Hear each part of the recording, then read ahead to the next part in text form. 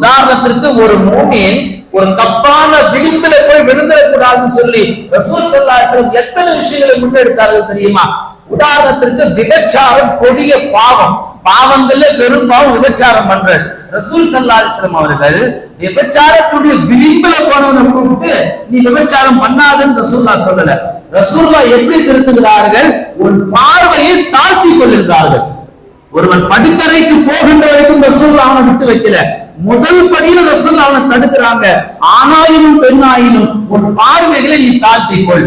ஏன்னா ஒரு மனிதன் விபச்சார வலையில் விழுவது முதல் படித்தரந்து அவன் பார்வைதான்.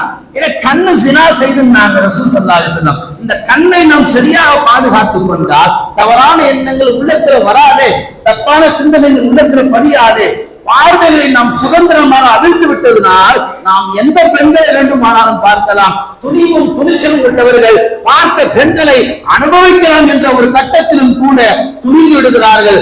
அதனுடைய வெளிப்பாடுதான் பாலியல் தொல்லைகள் நாம் நிறைய பார்க்கிறோம். மேலான பெருமக்களை ரசூல் ஸல்லல்லாஹு அலைஹி வஸல்லம் அவர்கள் தவறின் விளிம்பில போகின்றவர்கள் விட மாட்டார்கள்.